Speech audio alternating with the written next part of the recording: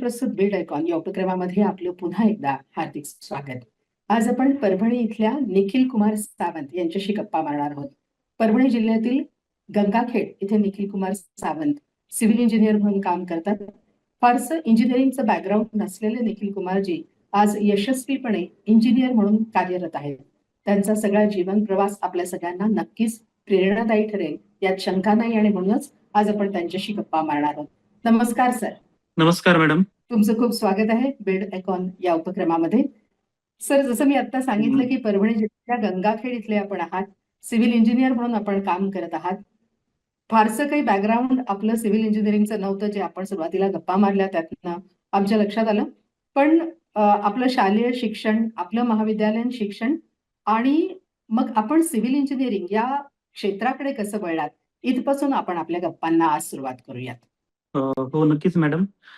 माझं शालेय शिक्षण परळी वैजनाथ येथे झालेलं आहे आणि नंतर 2007 मध्ये माझं 10वीचं जे शिक्षण आहे ते पूर्ण झालेलं आहे आणि नंतर 12वीला मी लातूर या ठिकाणी 2009 मध्ये पास आउट झालो आणि नंतर हैदराबाद येथे JNTU युनिव्हर्सिटी अंतर्गत माझं बीटेक इन सिव्हिल इंजिनिअरिंग झालेलं आहे. मी 2013-14 पास आउट झालो आणि नंतर मी उदगीरला एका कॉलेजवरती लेक्चरर म्हणून सुद्धा काम केलेलं आहे आणि नंतर मी 2 वर्ष गव्हर्नमेंट सेक्टरमध्ये सुद्धा काम केलेलं आहे आणि नंतर मग 2016-17 मध्ये मला थोडं किडनीचा प्रॉब्लेम झाल्यामुळं नंतर मी ते गव्हर्नमेंट सेक्टर सोडून माझ्या प्रायव्हेट माझं मी ऑफिस चालू केलं आणि तिथून पुढं माझा प्रवास चालू आहे. तर खूप छान, म्हणजे विविधांगी असा तुमचा प्रवास आहे. सरकारीकडून पुन्हा तुम्ही खाजगीकडे वळलेला आहात. पण हो मॅडम. खाजगी किंवा सरकारी असो, काम करत असताना जेव्हा स्वतंत्ररित्या तुम्ही एक प्रोजेक्ट पहिला तुमचा केला, त्या प्रोजेक्टच्या काही आठवणी आहेत का? त्या आठवणी ऐकायला आम्हाला आवडेल सर. हो, नक्कीच मॅडम. पहिल्यांदा मी माझ्या म्हणजे पहिले पहिले जे ऑफिस टाकल्यानंतर दुसरे लोक कामात येत नसतात, म्हणजे प्रोजेक्टची सुरुवात माझ्या मित्रांच्या कामापासूनच झाली. तर ऑफिसला कधी पण म्हणजे लोक येत होते आणि म्हणत होते की पहिलं तुम्ही कोणाचं काम केलेलं आहे. मग मी पहिले पहिले 2000 माझं 13ला पास आउट झाल्यानंतर 2014-15ला माझ्या गावामध्येच मी छोटे छोटे प्लॅन घेत होतो आणि छोट्या छोट्या प्लॅन्स पासून मग मी नवीन नवीन मोठमोठे प्लॅन्स काढायला सुरुवात केली. सर्वप्रथम मी पहिले फक्त 2च रूमचा प्लॅन काढला होता मॅडम आणि त्यामध्ये थोड्याफार चुका पण केल्या होत्या मी. तर त्या चुका मला खूप आठवतात. त्या 2 रूमचाच प्लॅन केला होता मी.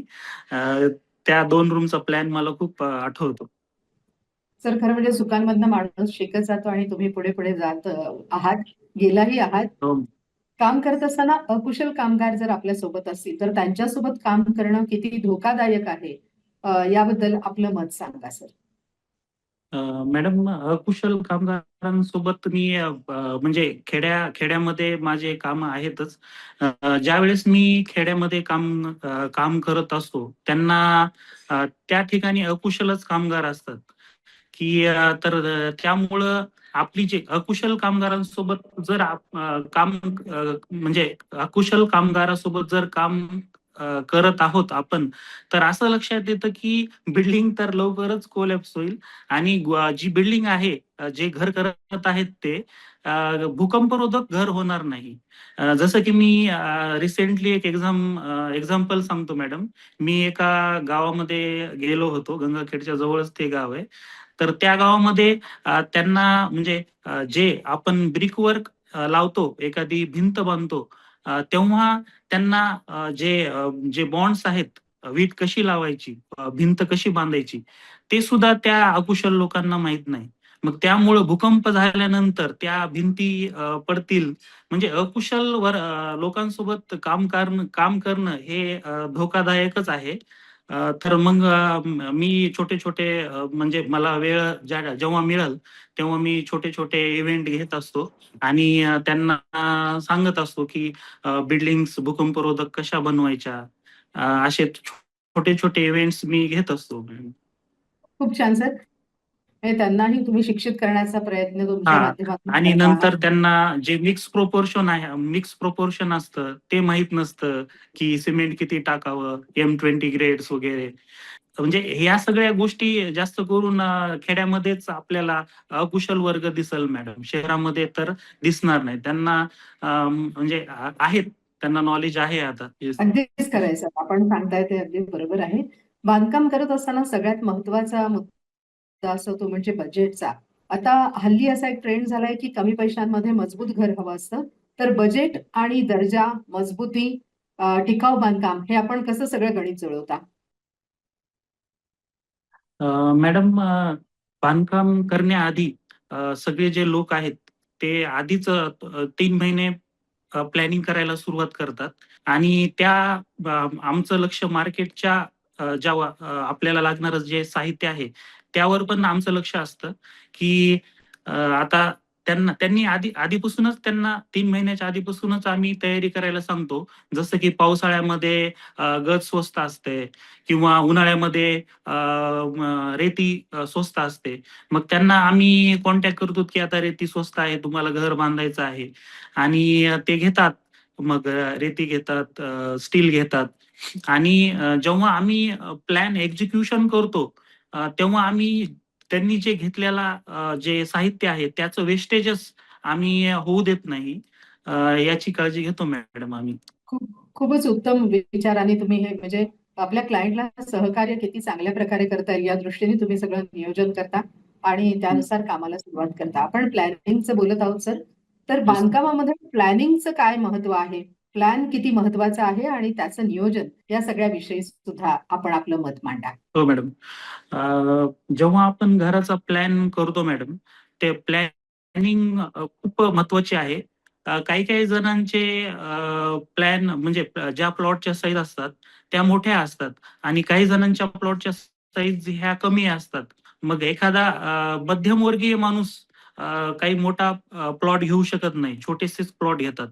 तर त्या प्लॉटमध्ये समजा 33 बाय 33 फूट जागा आहे आणि त्या 33 फूटमध्ये सर्वसामान्यांचं मत असं की आम्हाला 2 बेड, 1 हॉल, 1 किचन असलं पाहिजे आणि छोटीशी पार्किंग असली पाहिजे.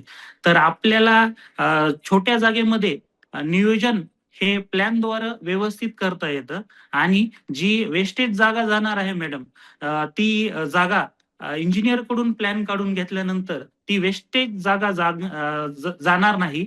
म्हणजे जागेचा पुरेपूर उपयोग हे आम्ही प्लॅनिंग करताना करतो. जसं की आणि छोट्या-छोट्या गोष्टी पण असतात, की वास्तूचा पण थोड्या प्रमाणात आम्ही म्हणजे वास्तू पण थोड्या प्रमाणात वास्तूची पण आम्ही मदत घेतो, की किचन कोणत्या भागात असलं पाहिजे आणि देवघर कोणत्या भागात असलं पाहिजे. अ, घरातील वडीलधाऱ्या माणसांची रूम कुठं असलं पाहिजे, टॉयलेट कुठं असलं पाहिजे. यामुळं आपल्याला एक सुंदर छोट्या जागेमध्ये प्लॅन कसा करावा, अ, असं म्हणजे असं लक्षात येतं, की प्लॅन कसा छोट्याशा जागेमध्ये म्हणजे मला असं म्हणायचं मॅडम, की जागेचा पुरेपूर उपयोग आपण प्लॅनिंग केल्यानंतर होतो. म्हणजे जागा कमी असो अथवा मोठी पण त्याचा उपयोग युटिलायझेशन किती जास्तीत जास्त करता येईल ते प्लॅनिंगवर हां. अवलंबून असतं आणि प्लॅन आपल्याला तो योग्य दिशेने घेऊन जातो. प्लॅनिंगमध्ये आपली प्लॅनिंग करताना जागा वेस्टेज जाणार नाही. म्हणजे जागेचा पुरेपूर उपयोग प्लॅनिंग करताना होतो. म्हणून प्लॅन इम्पॉर्टंट आहे मॅडम, करणं घराचं. बरोबर आहे सर. सर आपण आता बोलताना असं म्हणाला होतात, की आपण सरकारी नोकरी सुद्धा केली आहे किंवा सरकारी कामं हो सुद्धा मॅडम. केली आहेत. तर आपण कशा प्रकारची सरकारी कामं केली आहेत? मॅडम, जे वॉटर बाउंड WBM रस्ते आहेत, याचं मी व्हॅल्युएशन किंवा रोड्स रोड्स ज्या शेतामध्ये होणाऱ्या विहिरी आहेत किंवा एखादे अंगणवाडी प्रोजेक्ट्स आहेत, त्याचं बिलिंग व्हॅल्युएशन मी गव्हर्नमेंट सेक्टरमध्ये केलेलं आहे मॅडम. सर आता खाजगी, सरकारी अशा वेगवेगळी प्रकारची कामं करत असताना व्हरायटीज ऑफ वर्क तुमच्या हातून घडलेलं आहे, झालेलं आहे. असं एखादं काम आहे का की जे तुम्हाला खूप आनंद देऊन गेलं आणि जे तुमच्यासाठी आयकॉनिक काम असं तुम्ही म्हणू हो शकता? मॅडम. की नॉर्मली टाउन्समध्ये कमर्शियलच प्लॅनिंग होते आणि एक परभणीला एक बंगलो आला होता. तो माझा भाऊच होता, की त्या ठिकाणी मला माझ्या मनाप्रमाणे एक बिल्डिंग, एक ॲसेट बनवता आला मॅडम. ते एक खूप म्हणजे माझ्यासाठी खूप एक इंटरेस्टिंग वर्क होतं. त्या ठिकाणी आम्ही ग्रीन बिल्डिंग ती केलेली आहे. त्या ठिकाणी आम्ही सौर ऊर्जा लावलेली आहे. व्हेंटिलेशनसाठी पुरेपूर जागा सोडलेली आहे त्या म्हणजे त्या घरासाठी आम्ही. म्हणजे ते जे घर आहे आम्ही ते जे घर आहे ते ग्रीन बिल्डिंग हाऊस आम्ही केलेला आहे मॅडम. म्हणजे तो जो प्रोजेक्ट होता तो माझ्या मनाप्रमाणे मला करता आला. की नॉर्मली जे आहे तिथं टाउनमध्ये की आम्हाला 2 किरायेदार पाहिजेत, हे पाहिजे. त्यामुळं थोडं व्हेंटिलेशनला डिस्टर्ब होतं मॅडम. पण त्या ठिकाणी तो प्रोजेक्ट असा होता की तो माझा ड्रीम प्रोजेक्ट होता. किती छान. मनासारखं तुम्हाला सगळं करता आलं आणि ग्रीन बिल्डिंग तुम्ही ती हां. तयार केली. खूपच छान सर. पण असा एखादा अनुभव आहे का, की काम करताना एखादं खूप अडचण आली, अ, खूप त्रास झाला आणि पण तुम्ही त्याच्यावर ओव्हरकम केलं, त्यावर मात केली, असाही अनुभव आम्हाला शेअर करा? अ, मॅडम, नॉर्मली म्हणजे छोटे-छोटे जे एक्सपिरियन्स एक माझ्यासोबत असा घडला होता, की काम तुम्ही आपण जसं आता हे अकुशल वर्कर सोबत काम करतो, की एका ठिकाणी एक हॉल होता आणि त्या हॉलमध्येच अ, थोडं घर मालकांनी काय थोडं हॉल मोठा केला. म्हणजे त्यांनी प्लॅनच्या विरुद्ध थोडंसं काम केलं मॅडम. म्हणजे त्यांना नंतर प्लॅन आम्ही ग्राउंडवर आणल्यानंतर, एक्झिक्यूट केल्यानंतर त्यांना काही-काही जणांना कागदावर म्हणजे प्लॅनची साईज वगैरे त्या हॉलची साईज वगैरे कमी वाटते. न नंतर आम्ही कॉलम वगैरे टाकल्यानंतर त्यांना कळालं की हॉल कमी होतोय. नंतर मग त्यांनी हॉल वाढवला आणि नंतर ते हॉल वाढवल्यामुळं जे कॉलमचे हाफसेट आहेत ते हॉलमध्ये दिसायला लागले. मग त्या ज्या छोट्या-छोट्या म्हणजे ज्या मिस्टेक्स आहेत, त्या क्लायंटकडूनच झालेल्या आहेत, पण त्यांना असं वाटतं की त्या इंजिनिअरकडूनच झाल्या होत्या. हे एक मला सांगायचं आहे मॅडम. एकदा प्लॅन एक्झिक्यूट झाला, ग्राउंडवर आणला, नंतर काहीही चेंजेस करू नये, अ, असं मला वाटतं. तर त्यांनी त्या ठिकाणी ते हॉल मोठा केला. मग ते कॉलमचं जे हाफसेट आहे ते दिसू लागला. हे असं आहे. अशा वेळेस अडचण येते, पण आता तुम्ही अनुभवी इंजिनिअर हां. असल्यामुळे अर्थातच तुम्ही त्यावर मात नक्कीच केली हां, मग असणार. मी त्या ठिकाणी एक सेल्फ दिला त्या ठिकाणी. तर ते हाईड केला, हिडन करून टाकलं ते कॉलम नंतर. वाह! खूप छान सर. सर, बांधकामाचं साहित्य निवडत असताना तुम्ही काय काळजी घेता? मॅडम, बांधकामाचं साहित्य जसं की स्टील आपण निवडत आहोत. तर त्या स्टीलचा जे ग्रेड असतो ते पण आपल्याला बघावं लागतं. अ, नंतर जे स्टील मार्केटमध्ये आहे त्याची डायामीटर पण चेक करणं खूप गरजेचं आहे. आणि जे स्टील येत आहे कंपनीकडून, तर त्या स्टीलमध्ये कोणकोणते कंटेंट किती प्रमाणात आहेत ते पण बघणं आवश्यक आहे मॅडम. आणि डायमीटर, बारची जी डायमीटर ती पण बघणं आवश्यक आहे मॅडम. तर आता स्टीलबद्दल आपण बोलतो आहोत, तर आपण आयकॉन स्टीलचा वापर आपल्या बांधकामात केला आहे का? आणि केला असेल तर आपलं काय मत आहे आयकॉन स्टील आणि एकूण सर्व्हिसबद्दल आयकॉनच्या? अ, गंगाखेडमध्ये जास्त प्रमाणात तर मॅडम आयकॉन स्टीलच आहे. कारण तेथील जो डीलर पण आहे आणि मार्केटिंग करणारे ऑफिसर्स पण आहेत, ते खूप ॲक्टिव्ह आहेत. माझं असं मत आहे की मॅडम जे मार्केटिंग ऑफिसर्स, डीलर्स ते पण ॲक्टिव्ह असणं खूप गरजेचं असतं. आता एखाद्याकडं माल आहे आणि तो सेलच करत नाहीये. तर ते काही म्हणजे उपयोगच नाही त्याचा माल ठेवून. पण आयकॉन स्टीलमध्ये मला असं वाटतं, की त्यांचे जे शॉप्सचे डीलर्स आहेत, ते खूप ॲक्टिव्ह आहेत आणि मग ते ॲक्टिव्ह असल्यामुळं त्यांनी आम्हाला वेळोवेळी भेटी देतात. मग त्यांना वेळोवेळी भेट देतात. म्हणतात, की स्टील आणि जे घटक आहेत ते पण आम्हाला सांगतात. नंतर आम्हाला ते आयकॉन स्टील जे आहे ते लोकांना रेफर करायला मदत होते याची. खूप धन्यवाद सर. आपण आयकॉन वापरचे छान रिव्ह्यू सुद्धा तुम्ही इथे दिलेला आहे.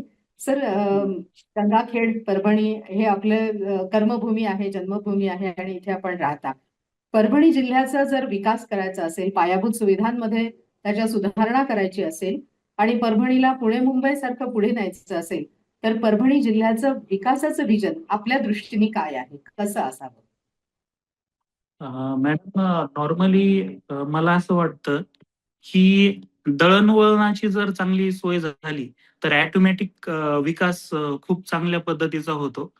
आणि लोक म्हणजे वाहतूक जर वाढली तर म्हणजे जे रस्ते वगैरे जे आहेत ते व्यवस्थित होणे हे गरजेचं आहे. माणसाचा किंवा समाजाचा विकास होण्यासाठी रस्त्यांची खूप आवश्यकता आहे असं मला वाटतं मॅडम.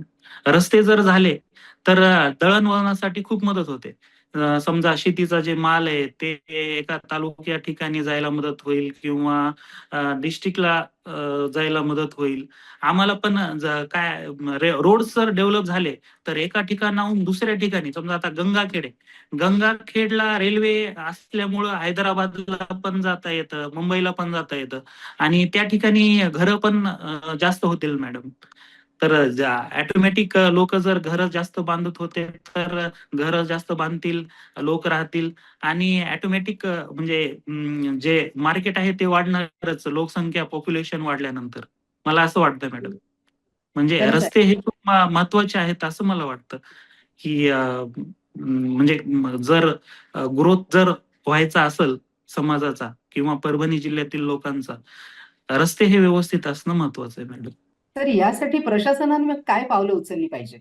जर रस्त्यांचा विकास करायचा असेल, रस्ते, दळणवळणाची साधनं परभणी जिल्ह्यामध्ये वाढवायची असतील, तर प्रशासनाने काय पावलं उचलली पाहिजेत याच्यासाठी? काय अपेक्षा आहेत आपल्या?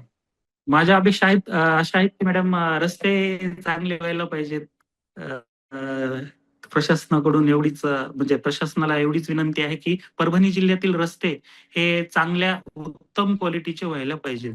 आणि या ठिकाणी मॅडम परभणी जिल्ह्यामध्ये जास्त प्रमाणात काळ्या मातीची पण जमीन आहे. त्यामुळं क्वालिटीचं काम हे व्हायला पाहिजे असं मला वाटतंय. अगदी सर, योग्य मत आपण मांडत आहात. आपले विचार आमच्यापाशी शेअर करत आहात. अ, इतक्या वर्षांचा आपला प्रवास आहे, वेगवेगळ्या क्षेत्रांमधला आपला अनुभव आहे. हल्ली नवीन पिढी सुद्धा सिव्हिल इंजिनिअरिंगकडे मोठ्या प्रमाणात वळतीये. सिव्हिल इंजिनिअरिंग करण्यासाठी या पिढीचा कल वाढतो आहे. तर या नवीन इंजिनियर्सना आपण काय सल्ला द्याल? मॅडम, आता काय काय होत आहे की सिव्हिल इंजिनिअरिंग झालं की लगेच त्यांना ऑफिस टाकणं हे सोपं वाटत आहे. की मला असं वाटतं की त्यांनी अ, या क्षेत्राचा पूर्ण नॉलेज घेऊनच या क्षेत्रामध्ये उतरावं आणि होईल तेवढं ग्रीन बिल्डिंग्स कडे त्यांनी लक्ष द्यावं. अतिशय छान म्हणजे विचारायचं आहे. ग्रीन बिल्डिंग्स द्याव्यात जेणेकरून जे लाईटचा वापर कमी होईल.